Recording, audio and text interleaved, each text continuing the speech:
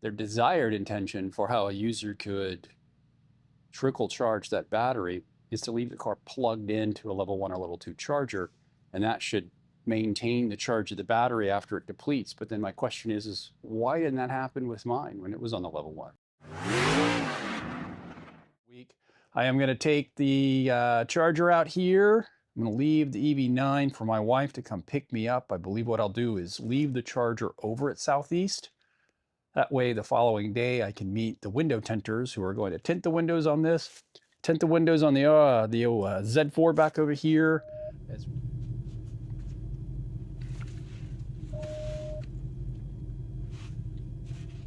It's the following morning and I've loaded up the Z4 with all of my gear and I'm ready to head back over to Southeast Imports to meet the window tinters and hopefully a few buyers for that RX-7.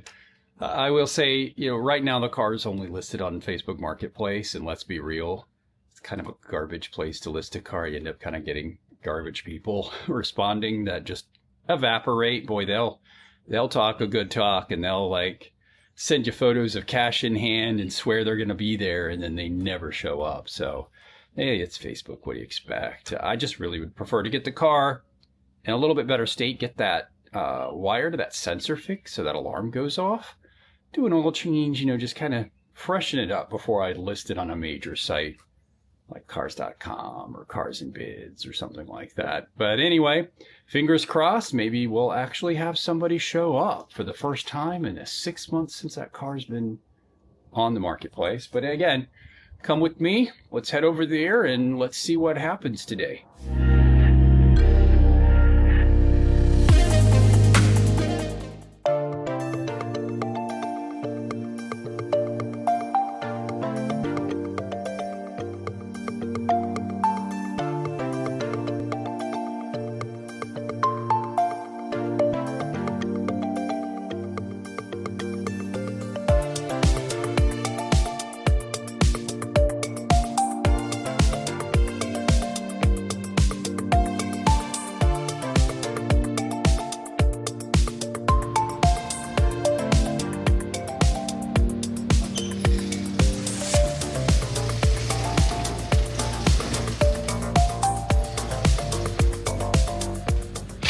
All right, so the lighting in here, it's really diffused right now. It's just natural lighting. I haven't turned on any of the overhead fluorescence, and I just think the cars look really good in here. I think what I might do, since I have to pull the charger, which is back over here, out, put it next to the Z4 for the window tinters to do their work. It'd be interesting just to do a size comparison. So let me get this one out of here. Get it over there, maybe do a quick video walk around while I'm waiting for the window tinters to arrive.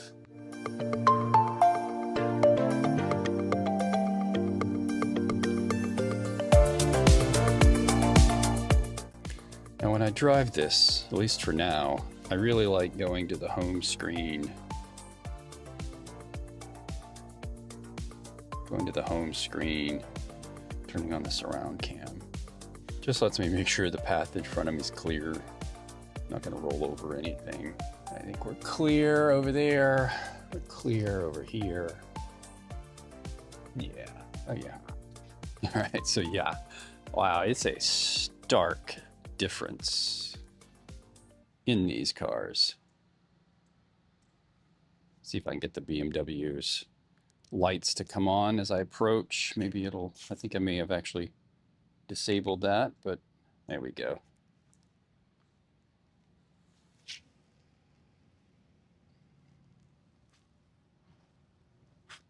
Just absolutely different creatures cut from completely different cloths. Completely different use cases, design intention, purpose, a different target audience, but somehow still ends up in my garage because that's just how complicated I guess I am. Maybe I have multiple car personalities. I need different cars. Look at the here. So let's see how good I did in aligning the back ends of these cars. Not bad. Not bad, honestly. Not to brag. I could have gone a little bit further back on the Charger. Well, we'll let that slide. But just still, even with an inch or two, look at the difference. I don't think the nose of the Z4 would even come to the center of the hub there on the Charger. Let's just come around here. Check these out. And I'll get some lights on. I just thought it'd be interesting to see them in this subdued, kind of diffused lighting. Let's see if we can get them to both light up again here on the front end. It's hit some door lock buttons. Yeah, startup routine there. And then on the... It's hard to say which has a better implementation of headlights, that's for sure. Let me find where the light switch is and get ready for the window tinters and to see if anyone actually shows up from Facebook Marketplace. Here. Oh, wow, those are a heavy switch. Pop. Hey. Lights. But real quick, well, we have some better lighting here. I just wanted to show you. So I always thought, you know, for a two-door roadster sports car here, that the BMW Z4 had some pretty meaty rubber on the back there, but quite honestly, they just look a bit insignificant in comparing it to the rubber on the back of this monster. It's like this is a staggered setup on the Z4. I think it's 19 in the front, a 20-inch wheel in the back, and I think slightly wider as well. And then here, I mean, just huge. These are staggered widths, but the same diameter wheel as I understand it. So yeah. Obviously there is more that separates these two cars, and I'll get into that more in following videos, but I just thought I'd take some time here to share and compare. All right, I think while I'm waiting on the tinters, I'm going to hook up this Charger. Let me grab a couple other things out of here to the Jimny, so its battery doesn't go flat. I ordered a few more. These are those C-Tech MXS 5.0 battery tenders. I'm gonna go hook it up to the Jimny here, get that connected up, and then I'm just probably gonna have to run home, grab that charger for the Charger, and get it hooked up so I can feel a little bit better about the car sitting here unattended for any period of time. Let's see. Sit that down. Sit that down. Got some paper towels in case I get messy.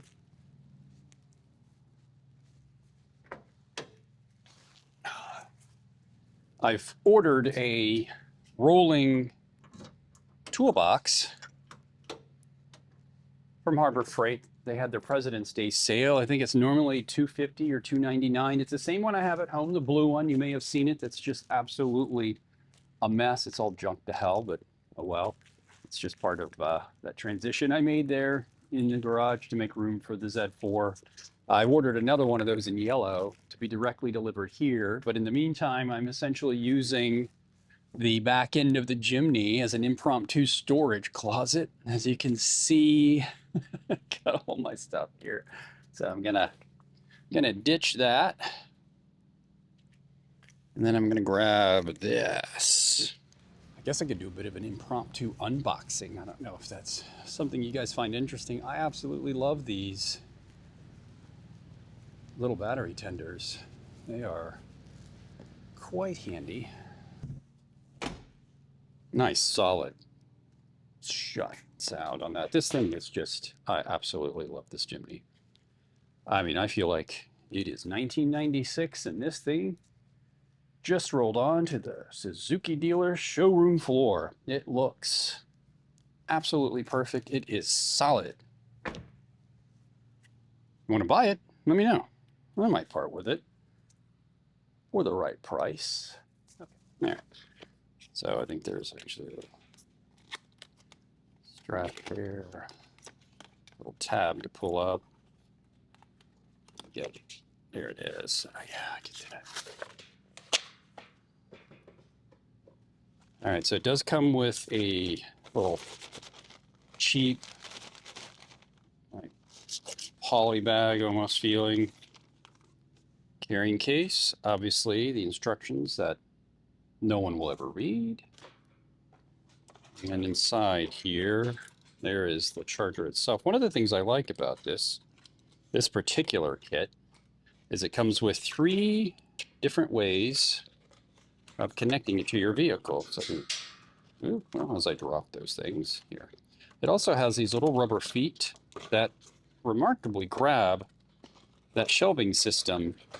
The interlocks for the shelves on that shelving system in my garage, it actually grabs those rather well so I can suspend it. So here you go. This is what I often use for a permanent installation. I like to keep these directly connected and then plug it in for a quick release. Now, I do have a set of these that has a set of LEDs that's red, yellow, green, and lets you know what the state of charge is of the battery just visually without connecting anything. I'm going to use those instead of this, but it's nice that this kit comes with it, so I could put it across multiple cars or other equipment. And then, as you can see, it also has an inline fuse set of kind of jumper cable style connections, again with that quick release there. That's most likely what you'll use if it's a vehicle that you're kind of temporarily working with. And then obviously there is the charger itself. So there were some very helpful texts from Stellantis that commented on my last video where I thought I maybe had bricked my charger but just ended up draining the battery, and stated that their I guess online service manual states that you should not charge the battery in those with it connected to the rest of the car. So I guess the assumption is that you would remove the battery to charge it or disconnect the positive terminal. So it sounds like to me that their only intention, I guess I could say their desired intention for how a user could trickle charge that battery is to leave the car plugged into a level 1 or level 2 charger, and that should maintain the charge of the battery after it depletes. But then my question is why didn't that happen with mine when it was on the level 1? But anyway, more on that later when I do a follow-up after we get the car into service and actually really see what the logs show us as far as what may have occurred and what their determination is on the life of that battery. It's possible that battery just deep cycled too many times in storage and on its way to the dealer, and then while it's sat at the dealer, who knows? But it hasn't given me any problems after that at all from a 12-volt battery perspective. So let's get this power cord here hooked up, get the Jimny connected. It actually already has. In fact, let's go in here. What's interesting about this little guy, I think this door on that side's locked. So let me come around here and unlock it because it's easier to reach from the passenger side. All right. Look at that interior. My wife's added her little touch here. This is technically hers, so she's got her little kitty cat seatbelt cushions. But boy, this thing, Mario did an amazing job. I mean, the car was already in really good shape, and he just did an excellent job. So if we come over here, open this door, pop open the glove box, and there you will find the release for the bonnet. And then let's see if I can actually get over here and open that up. All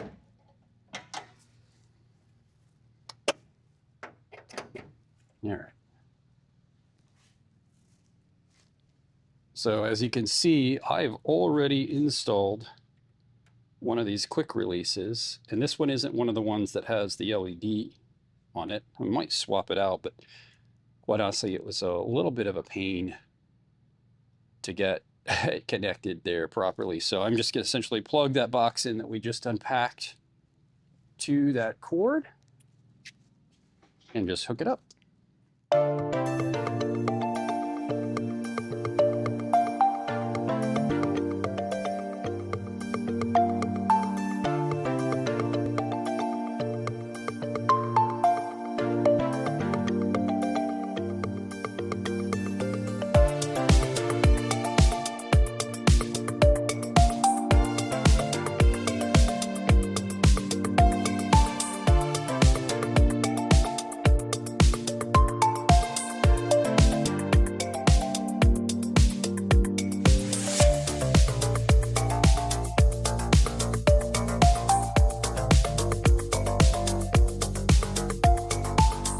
See how low the Jimny may have gotten sitting here, and now it's fine.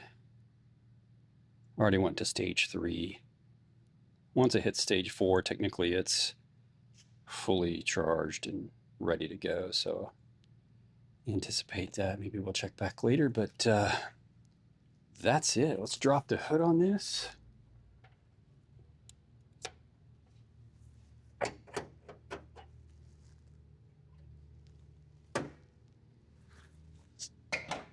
Hey, all right. Maybe not the stealthiest, cleanest installation, but it is what it is. All right, let's go see if the window tinters are here yet. The tinters have arrived. I'm going to have them bring their car in here so they can have their materials and tools easily accessible without having to go back out in that cold.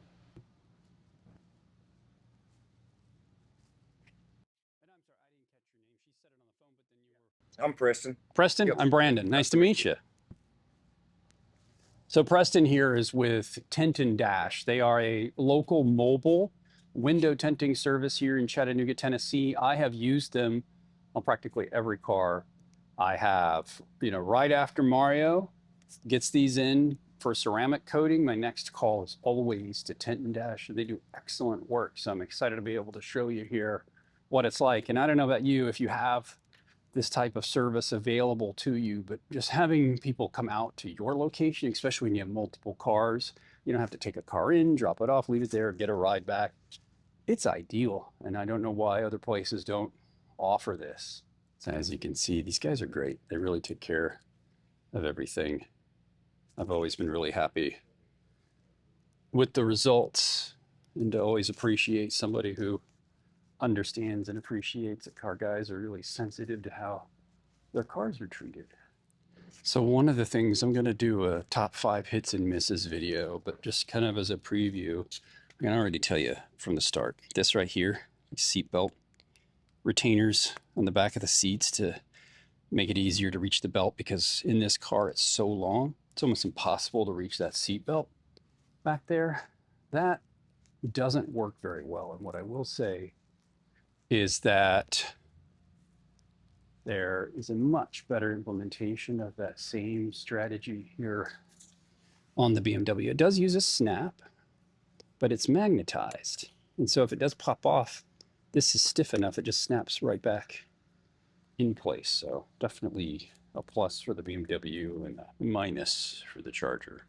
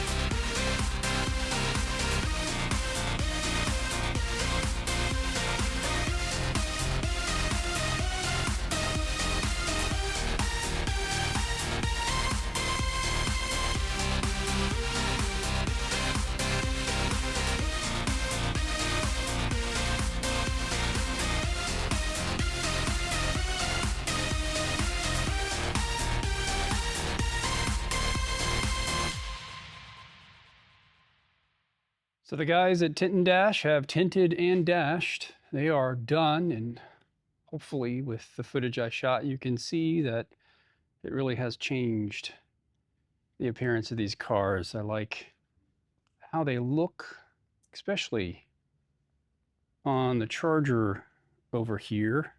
Let me just show you. One thing that I think really makes this pop now is prior you could really see a clear difference in the, I guess, translucence. You know, it has kind of this darker framing around the actual visible part of the window, and now they seem really uniform, and I just think that looks good there. I think it looks really good. I'm really happy with the work that they did. And so if you're looking for any kind of window tinting for your vehicles and you live in the Chattanooga area, probably North Georgia as well, I highly suggest you give Tint N Dash a try. I will drop their contact information down in the description. I just noticed here on the rear hatch as they were wrapping up their finishing touches is another hidden homage to the classic Chargers here. It looks like maybe the front end, the grille and headlamps of maybe a 69. So that's the third little Easter egg that I found in this car. The other one being, if you saw my other video during the test drive, I discovered this silhouette of a Charger here. I don't know if you can see it very well in the light, but it is there. I would have come around here and investigated it, and I really wish I had, because I'm a little upset to come out now and find here's why the door kept not sounding right when I went to close it. And it's been like this outside all night, and it's been cold, and I am not particularly jazzed about that. So add that to the list of things that I will be talking to Crown Service Center about. And thank God this thing's under warranty, because apparently it's going to go in often.